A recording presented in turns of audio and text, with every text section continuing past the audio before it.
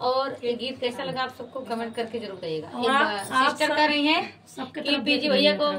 बबुआ हुआ है, बेटा हुआ है, तो ये समझिए हम उन्हीं के लिए गा रहे हैं, उनके बबुआ के लिए। तो ये मेरा गीत स्वर का उठान गीत सुनाते हुए काजल भौजी कुछ कह रही थी, अभी बताइएगा। ये बोला गाते समय तनी उठाइला ना नदी ललना रोवथे अटरी तनी उठाइला ना नदी तेल साबुन से नहाऊ मेज कुर्सी पे बैठाऊ तेल साबुन से नहाऊ मेज कुर्सी पे बैठाऊ नमवा डाबलू धराऊ तनी उठाइला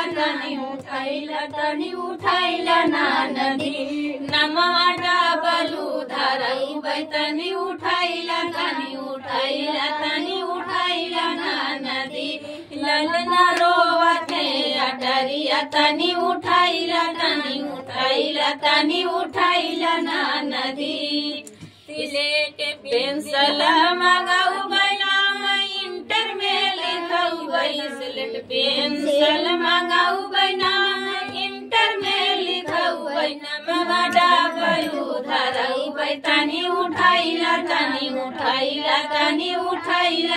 नदी नमवा डाबलू धराऊ तनी उठाइला ना नदी ललना रोवथे अटरिया तनी उठाइला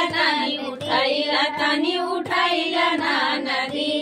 ब्याह दिल्ली में रचाऊ दुल्हन टेम्पू से लियाऊ ब्याह दिल्ली में रचाऊ दुल्हन टेम्पू से लियाऊ बर्तन कराही में कराऊ तनी उठाइला ना